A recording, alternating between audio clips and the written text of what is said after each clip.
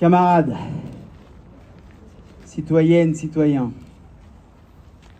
je voudrais d'abord adresser mes remerciements aux camarades qui célèbrent de façon assidue les événements qui nous obligent collectivement à nous rappeler que la paix, partout, toujours, n'est pas une fin en soi.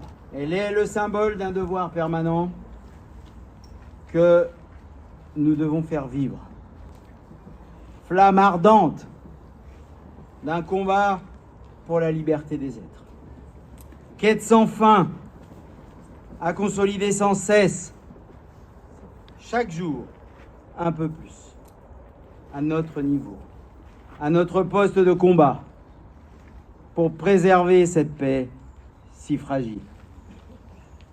Vous, camarades, citoyens, vous qui agissez pour les biens communs et les droits humains, vous êtes les passeurs de mémoire. Nous portons ensemble les combats de celles et ceux de nos camarades qui ne sont plus, qui ont lutté avec tant d'ardeur pour préserver cette paix que nous chérissons tant. Gloire à celles et ceux tombés pour la liberté. Et ici, à Lyon, souvenons-nous de la mémoire de Henri-Jean Prévost, homme arraché à la vie, abattu cruellement par des balles françaises, pour avoir, avec plusieurs de ses camarades, refusé un ordre injuste durant la Première Guerre mondiale. Gloire aux martyrs de Fliray, gloire aux 639 soldats fusillés pour l'exemple entre 1914 et 1918. Gloire à celles et ceux qui ont, par leur courage inébranlable, honoré la maxime de Jean Moulin qui dit « Je ne savais pas que c'était si simple de faire son devoir quand on est en danger ». Cette maxime qui, à Lyon, arborée sur la façade de la faculté, Jean Moulin, rappelle aux étudiants le devoir de résistance quand les événements l'imposent. En ces temps difficiles, en ces temps où les usurpateurs de mémoire peuvent se pavaner à longueur de journée dans les médias, rappelons avec justesse le prix qu'ont payé tant de vies. Rappelons la froideur des destins brisés, des jeunes vies qui tenaient par un fil ténu celui de la soif inexorable de justice et de paix. Cette paix, souvent lointaine, qui disparaît au loin, dans la nuée de brouillard éparse. Comme député de la nation, comme militant politique, je me refuse à me laisser emporter par la résignation. En ce 11 novembre, rappelons-nous de la barbarie de la Première Guerre mondiale et de son bilan terrifiant, marqué à jamais sur les visages pesants de gueules cassées pour mieux encore affronter le présent. Pour s'en rendre compte, la lettre seule d'un poilu à sa mère, datant de 1915, suffit. Je vous donne lecture de cet extrait. Tu ne peux savoir, ma mère aimée, ce que l'homme peut faire contre l'homme. Voici 5 jours que mes souliers sont gras de cervelle humaine, que j'écrase des thorax, que je rencontre des entrailles. Les hommes mangent le peu qu'ils ont, à côté à des cadavres. Le régiment a été héroïque. nous n'avons plus d'officiers. Camarades, à l'heure et alors que la résurgence des conflits mondiaux fait rage, que partout des guerres enchaînent les êtres et condamnent les destins de millions de personnes, il est de notre devoir de refuser l'irresponsabilité et l'engrenage mortifère dans lequel s'engagent les voies belliqueuses et les artificiers zélés. Nous avons besoin d'un monde ordonné. Il est temps que soient appliquées les règles communes que nous acceptons à l'intérieur de l'enceinte des Nations Unies, car nous y consentons. Et par conséquent, le non-alignement doit devenir la règle qui permet une participation active de la France aux affaires internationales. Car c'est bien le non-alignement qui permet le jugement éclairé.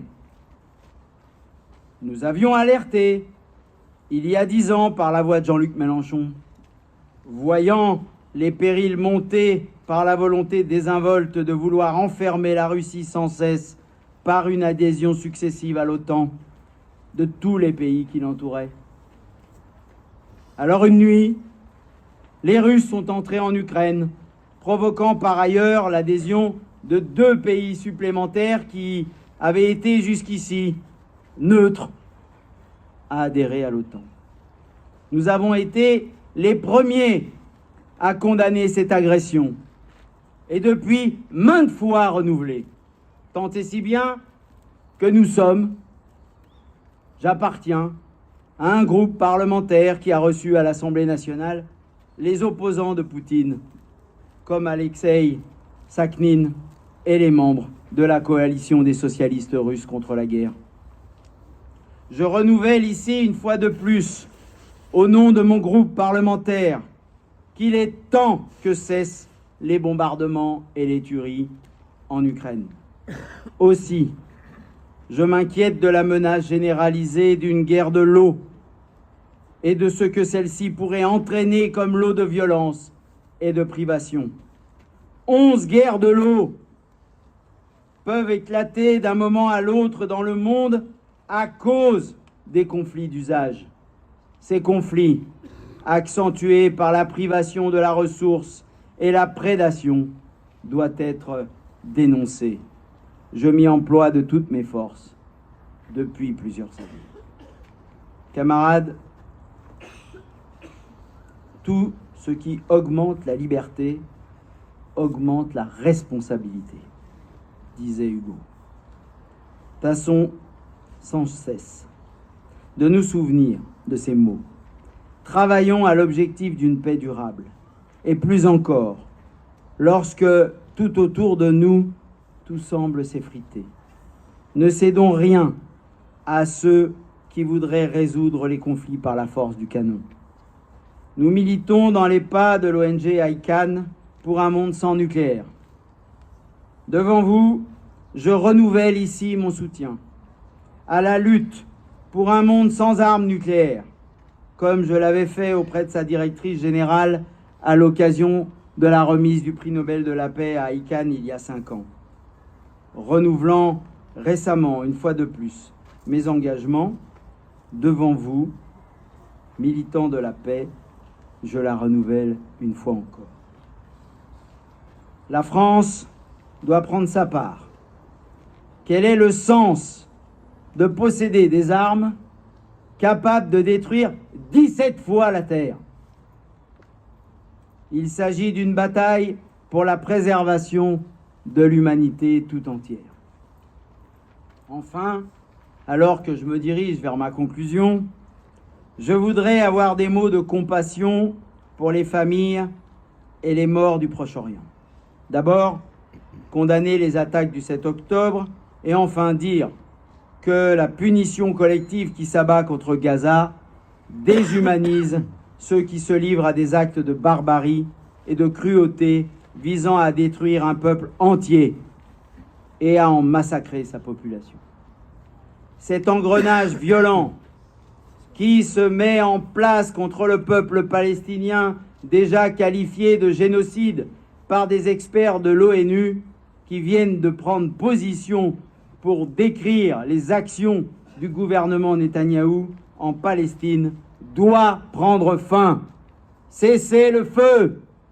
Cessez le feu! Je condamne avec la plus grande force celles et ceux qui s'engagent en France dans des discours violents et des qualificatifs diffamants à l'encontre de ceux et celles qui se dressent contre l'injustice que subit le peuple palestinien. Annihiler une position politique en disqualifiant celles et ceux qui la portent n'est rien d'autre qu'un pas de plus vers l'escalade irresponsable. Je répète ici que nous voulons un cessez-le-feu car une vie humaine vaut une vie humaine, qu'il n'y a pas de primauté d'une vie sur une autre. Les résolutions des Nations Unies doivent être respectées. La France doit rester sur sa position historique en faveur d'une solution à 2 États pour que chacun vive en paix. Il n'y est plus que temps que le gouvernement d'Israël respecte les résolutions et les condamnations de la part des Nations Unies. Enfin, j'achève. Rien ne saurait justifier en France la compromission morale avec l'extrême droite dans un pays qui a martyrisé les Juifs pendant près de 1000 ans, dans un pays où l'extrême droite française s'inscrit dans la ligne directe des pires collaborationnistes, dans un pays qui nie encore trop souvent l'apport crucial des étrangers dans des victoires militaires françaises. Et c'est vrai aussi à la culture même de notre beau pays. Je m'engage devant vous à tenir la tranchée pour qu'à chaque fois, il soit déterminant que nous nous engagions pour dénoncer et faire condamner ceux qui se rendent coupables de racisme ou d'antisémitisme. Et à chaque fois que nous le pouvons, les parlementaires insoumis dénoncent et dénonceront auprès des instances compétentes les propos racistes, islamophobes, antisémites qui sont devenus systématiques dans les médias français. Pour finir, nous avons devant nous des défis colossaux auxquels il faudra répondre pour assurer une paix immédiate. Alors que je reviens tout juste de Calais, j'ai pu voir la détresse humaine. L'exil est toujours un départ forcé. C'est une déchirure profonde pour quiconque se retrouve arraché à sa terre, à ses écoles, à ses ancêtres.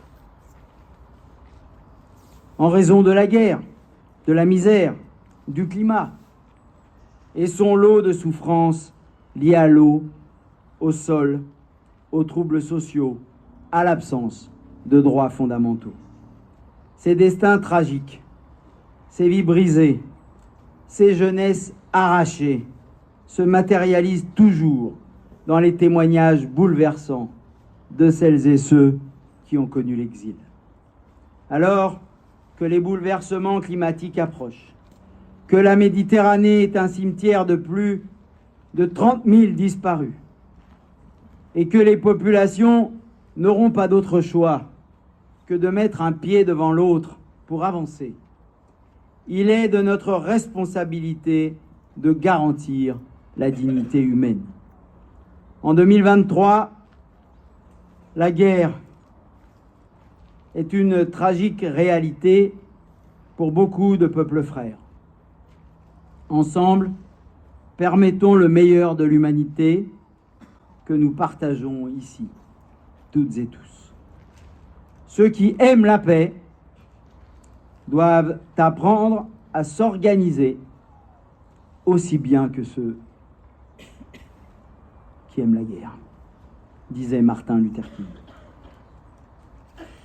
Organisons-nous, camarades, pour un monde meilleur. Que vive la République universelle, que vive la paix, que vive la France indépendante et non alignée. Je vous remercie.